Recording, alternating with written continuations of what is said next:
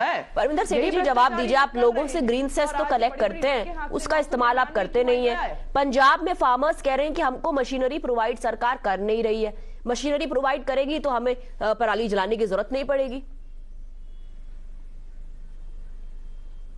नहीं, देखिए, ये बहुत चिंता का विषय है देश के लिए, देश की जनता के स्वास्थ्य का विषय। ये बार बार कह रहे हैं कि सेंट्रल सरकार ने पैसा दिया है। वो पैसा किसी के पिताजी का नहीं है, वो पैसा देश की जनता के टैक्स का पैसा है। उनके वेलफेयर के लिए खर्च होना है, चाहे स्टेट सरकार हो चाहे सेंट्रल सरकार हो। जो पोल्यूशन 710 करोड़ रुपए तो अभी तक पड़े हुए हैं इसी तरह से।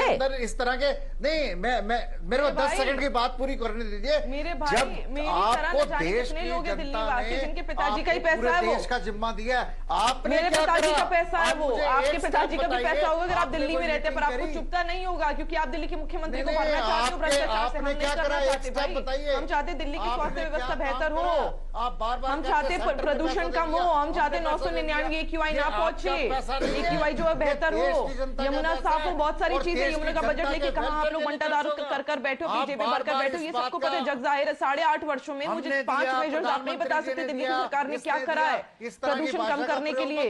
1 नवंबर को आप जागते हो, एक एक करके पहले mister Sethi then Nigad Abbas can counter. ये 2 महीने पराली पराली पराली पराली एक एक करके जनता आपकी बात को समझ नहीं पाएगी। There is a lot of chaos. Mr. Sethi, finish your point, then Nighat Abbas will counter you.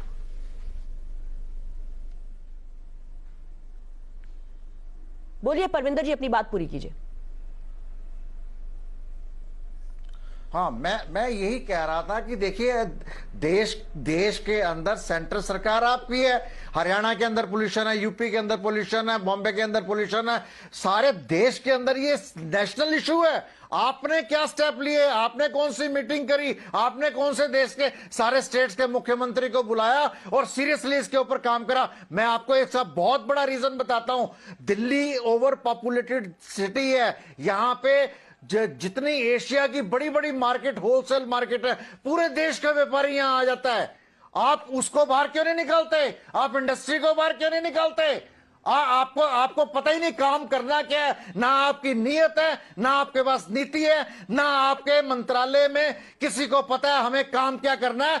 बजाय इसके कि हम देश के ऊपर किस प्रकार से अपोजिशन पार्टियों को, विपक्ष की पार्टियों को टारगेट करें और उन विपक्ष मुक्त भारत बनाएं और हम सत्ता का भोग भोगें।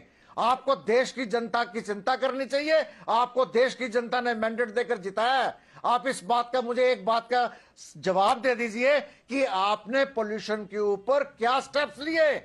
मैं कहता हूं दिल्ली सरकार काम कर रही थी, नहीं इतनी कामयाब हुई। आपकी भी तो जिम्मेवारी है। अगर दोनों कोऑर्डिनेट करेंगे, देश की जनता के स्वास्थ्य का काम है, उसके ऊपर प्लीज मौत के सौदागर मत बनिए, इसके ऊपर राजनीति मत कीजिए।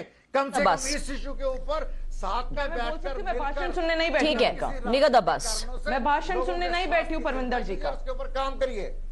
ये एक्सक्लूसिव समाधान दे रहे हैं, ये एक्सक्लूसिव समाधान दे रहे हैं। ये कह रहे हैं दिल्ली में जो व्यापार होता है उन्हें तो भगा दो यहां से। जैसे इन्होंने कहा था कि जमुना जी तो गंदी हो रही हैं, तो यहां से पूर्वांचली भाई बहनों को भगा दो यहां से।